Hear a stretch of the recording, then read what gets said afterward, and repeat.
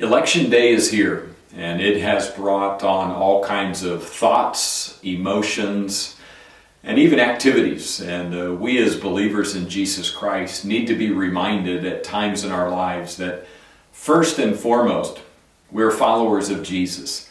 And I want to encourage you, there's been a lot of hype and millions of dollars spent, which at times we even think that's ungodly in itself. But the election of a president in our country is a big deal. And followers of Christ, we understand our biblical platform. The things that matter the most to us are the things that are spelled out correctly in the Word of God. But at the end of the day, or the end of the week, or maybe even the end of the month, we're really not sure how this is going to play out. We're Christians first, followers of Jesus. And God is bigger than any election. And I know there's priorities that you and I have and things that will benefit our church and will make life easier for followers of Christ. But in the end, we win. And I want to encourage you to keep your faith.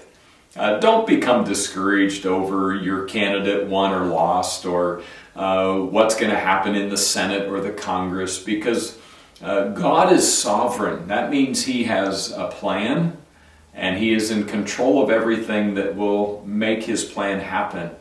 And so I want to encourage you with the passage from 1 Timothy chapter 2. I shared this recently on a morning devotion, and I referred to it on a Sunday morning message. But Paul and Timothy lived in a time that is unlike anything in our world today. We know that there's riots and violence and hatred and racism to some degree, and just a lot of things that are contrary to what we know and what we believe in. And yet, Paul and Timothy lived in much similar and sometimes even worse scenarios than you and I live. And so here's what 1 Timothy chapter 2 says, verse number 1. First of all, priority. First of all, then, I urge supplication. So think about what he's saying here. It's the priority, first of all.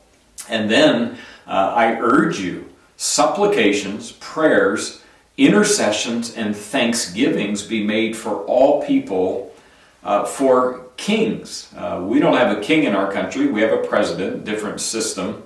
For kings and all those who are in high positions. That would be our Congress, Senate, mayors, governors. For kings and all those who are in high positions, that we may lead a peaceable and quiet life, godly and dignified in every way. And so the greatest thing that you and I can do, no matter who wins this election, is pray. And I want to encourage you, at the end of the day, the end of the week, the end of the month, God is still in control. He still has a plan. He is still sovereign. And all things will work together for our good when we trust in the Lord. Have a great day.